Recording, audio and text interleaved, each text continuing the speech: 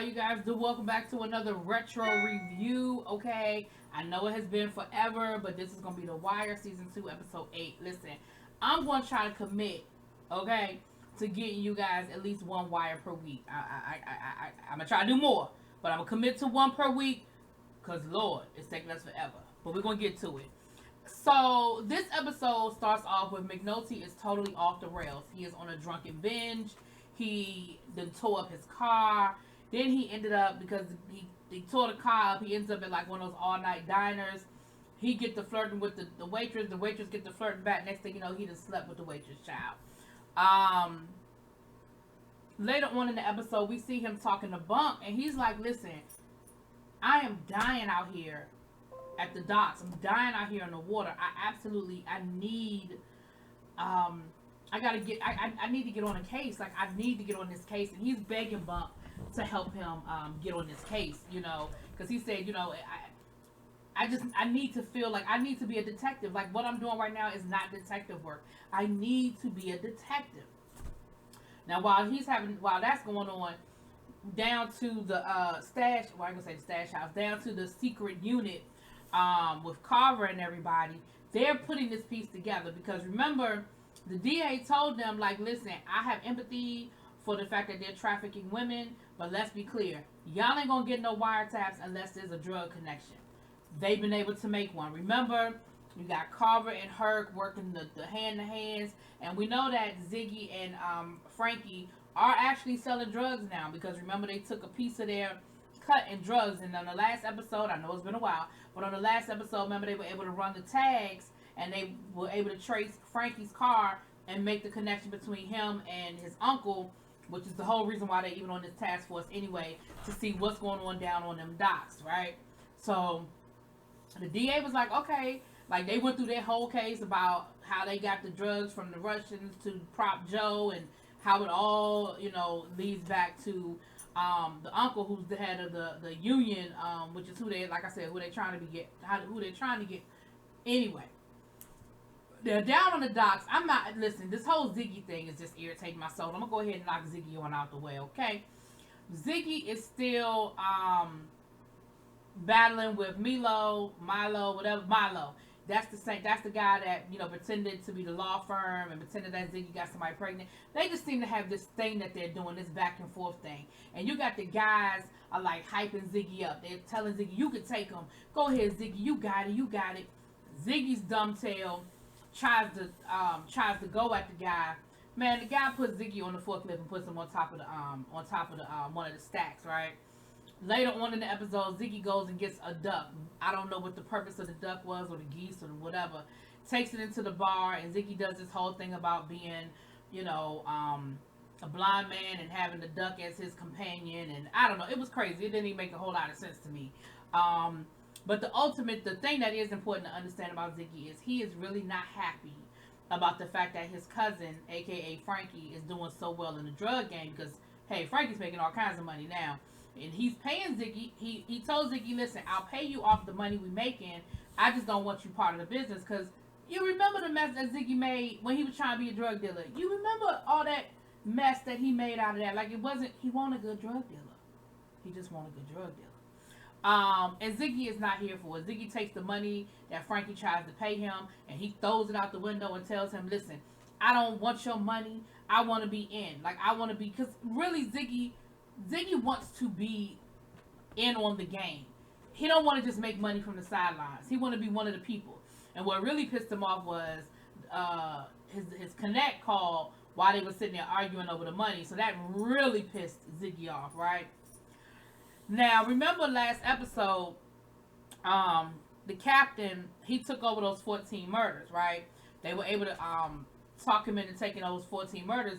Well, he thought it would be a good, you know, business decision that if he could bring those murders in, then it would help him get closer to where he's trying to get back to the top of the heap, right? So, as a result, Bunk is now assigned to that spot. So Bunk comes through. He ain't happy. He ain't happy, but it was a funny little scene with Buck in his sweatsuit. They were like, "We thought you was born in pinstripes," and he was like, "Yeah, whatever." And basically he said, basically he said, "When in Rome," okay. Now down to the Union warehouse, okay. Here's where things got to be very interesting. Frank Sabata is looking for his bills. And he finds the bills inside of some porn magazines, child. But as a result, he's 3 months behind on his phone bill. He calls the phone company to basically make some arrangements and say, "Hey, the check is on the way. The check is in the mail." And the lady at the phone company tells him, she says, "Listen, your account's been flagged." And he said, "What do you mean flagged? What does that mean?" She said, "I don't know why it's here, but there's a note on your account saying do not disconnect." Basically, no matter how long it takes him to pay his bill, we're not cutting his phone off.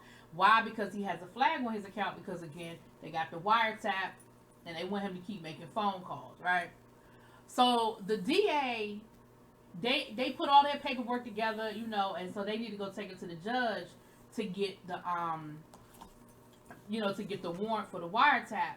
And the DA tells him, the DA says, "Listen," she said, "Well, we could probably, get the wiretap, but this judge, whatever the judge's name was, it's in his courtroom, and if we agree to wash his windows and do a little bit of work around the house, we probably can get it."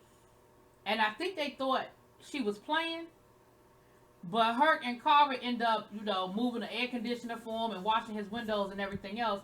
But they got the warrant, so they have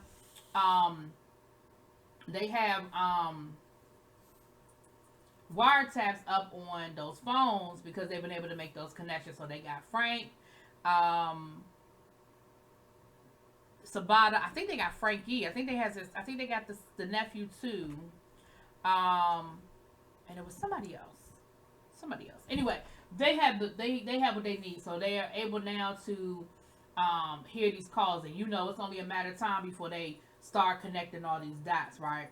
Now down in the towers, honey, the towers are dry and dead, okay? And Bodie is just not here for it. Bodie is not happy. He said, "Listen, the main reason why, he said we dead down here because our product is some shit. Like, people ain't stopped using drugs, they just stopped buying our drugs. And of course, if they ain't got no good product, they not making no money." So they realize that there's another crew has invaded their little space, their little area. And Bodie, he rounds up the fellas and he says, "Listen, we need to get them off our territory. We need to let them know we ain't no punks. Like, we need to get them up off of here." And they end up confronting the dudes with bats and they end up running them off. But Bodie knows that's only temporary, because he said at the end of the day, as long as they have a product that people want to buy and we don't have nothing, it's just temporary. But we just gotta, we gotta save face. Like, we can't have them thinking that we some punks, right? McNulty is able to convince Bunk. Like, he basically tells Bunk, "Listen, I'm dying out here," and Bunk sees the car, and he knows his friend well enough to know this is do or die. This is not no bullshit. This is do or die. We need to get him some help.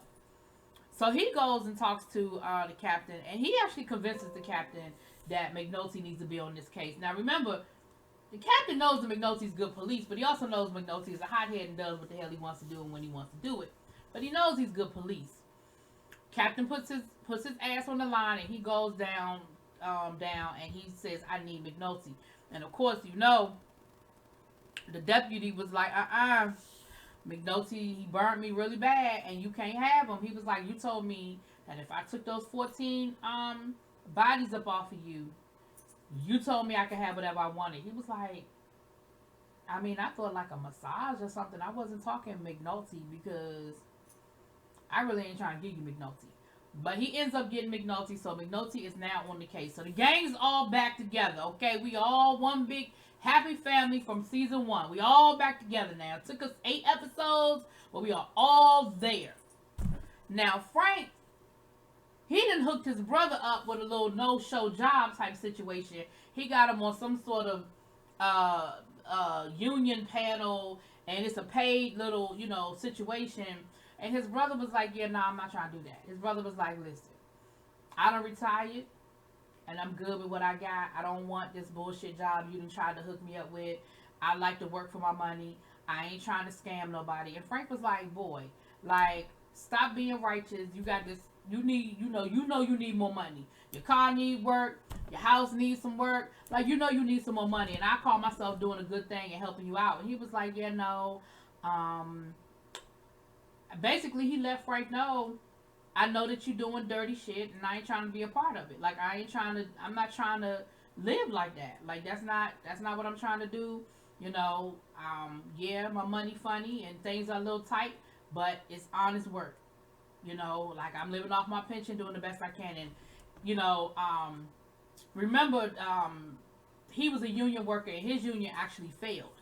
And that's why, he was part of the ship makers or something like that union. And, of course, because the docks are dying, his job ended a long time ago. And Frank was he was trying to do the right thing and look out for his brother. But his brother was like, yeah, don't do me no favors.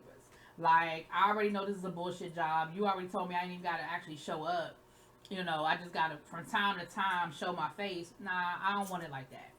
And you could just see the yin and the yang of the brothers, and and Frank told him, stop being so self-righteous. He was like, I ain't self-righteous. That ain't how I'm choosing to live my life. Now, on the other side, we got Carver and Herc running another scheme, because remember, they done destroyed that bug, and Carver is on the hook for that $1,200, okay? So, they done came up with a scheme to get Herc's little nephew or cousin to pretend like he's a police informant and to get paid so they could take that money and put it towards that $1,200 that they got to pay off on Carver's credit card bill, right? But the little cousin ain't stupid. The little cousin was like, yeah, let me get a piece of that. And, Herc was like, what you mean get a piece of it? Like, you my sister's son. Like, we family. You supposed to do this. He was like, if you going to put my name down and take a picture of me and make it seem like I'm some sort of police informant, I know you getting paid for it. I need 20%. And they was like, 20%. And, of course, Carver was pissed because he was like, listen, I already ain't really trying to run this caper because me and the captain, we on shaky ground anyway, because he already know I was the inside man on the last time around, and I already ain't really trying to do this, but I mean, I guess I gotta do what I gotta do, baby. So now the wiretaps are up, okay, they got the taps up and they're listening to the calls, and these guys are not being as careful as last season with Barksdale, because they not really hip to the police listening in on it. So they talking, they ain't even trying to use no type of secret code. It's just not that complicated for them to follow what's going on, right? So back down to the little hideaway. They're trying to figure out the prostitution connection. They're trying to get an inside man. They're trying to figure out how the girls are coming in and coming out. And they're like, we need to get somebody in there. We need an inside man. We need to, somebody that can infiltrate, figure out where the girls are being held, what the whole system is with the prostitution side. Because remember, ultimately, they still trying to solve this murder. Like, the drug thing is just a side piece for them to get the warrants, for them to, to get the wiretaps, but they really still trying to figure out who killed these women. And just as they're trying to figure out what guy they're going to send in there to be the John, who comes walking in the door? McNulty. And they were like, well, takes a hoe to catch a hoe. And of course, because everybody knows McNulty's history of being a hoe. So, remember, Kima and Pastrami Sandwich had already found where they were keeping the girls. So what they did was they staked it out and they followed. What happened was the guys are brought in. They park their car, the Johns actually, they park their car away and they get picked up and they get taken into the building, and then when it's time to leave, they get taken back to their car. So McNulty and Kima followed one of the cars coming out, waited till the main people left, and they were able to talk to old dude, and they said, listen, we ain't really interested in arresting you. We just trying to figure out how you get in. And the guy gave them the phone number and told them what the code was and what to say and all of that, because he was like, whew, I ain't trying to let my my wife know that I was down here getting it in, okay? So they got the information they need, to get inside of the spot and be the inside man. They got the right information. Down at the docks, hold on, let me see. Now down to the docks, okay, They are still stealing cargo. Okay, they still stealing cargo. But Frank got his antennas up a little bit because, like I said, that whole thing about his phone having a flag on it, he's still feeling some kind of way about it. He's kind of keeping his eye on what's going on. Now he ends up talking to a couple of the officers who, remember old girl that's working on the case. He's talking to a couple of them, and he just casually mentioned, "So when when my girl coming back? She down at the other spot." And they were like, "What are you talking about? She ain't down there. She working some special case with the city police." Now remember, she had lied to Frank and told Frank that she was off of that case, that she was back on the docks. She was just working at a different dock. So Frank was like, "Okay, she lied to me. She's still working a case. Okay. All right, they flagged my phone. Okay, all right, something, and there's a bunch of strange vehicles around. Okay, something ain't right. Something ain't right." Now they end up following. They got that whole relay thing going on where they're following the cargo, right? But Frank ends up calling the Greek and telling them, "Listen, don't pick that cargo up. When they drop it off, leave it there. Something just don't feel right." And of course, the Greek was like, "What you talking about?" He was like, "Mm-mm." He said, "Something don't feel right." He said, then he tells Horace, he tells him, "Listen, the next the next case," he said, "don't lose that one. Lose the next one." He was like, "You want us to send them the wrong cargo?" He was like, "Listen, if what's going on is what I think is going on, they're going to thank me. So yeah, don't take the real cargo. Leave that." He said, "And make sure ain't nobody alive in there." He was like, I know. So, again, they're following, back down to the hideaway, with Carver and Daniels and all them. They're following, they're still tracking the phone calls and they're still following and everything. But they do follow the thing does get abandoned or whatever, and it's sort of is a dead end, Frank goes to talk to, and he tells him, he said, "And the next time I come, I'm gonna tell y'all in person. And when I come to tell y'all, I want the Greek there, because he been trying to get to the Greek. So the wrong cargo ends up going to the electronics store where Frankie made that deal a few episodes ago, and they open it up, child, and it's a cargo full of damn Barbie dolls, right? But again, Frank tells the Greek, "Listen, I'll explain everything when I see you, but like I said, trust me, you are going to be happy that I did what I did." So, the guy at the electronics store was so pissed off, he actually called the Greek himself. So because they're on these phone lines, now they have the number to the Greek, and they're making these connections. So slowly but surely, they're making these connections. Frank tells Frankie his suspicions, and Frankie is like, "Okay, that sounds crazy." Like, he kind of think he being paranoid a little bit, but he listening to him, he listening or whatever. It's whatever.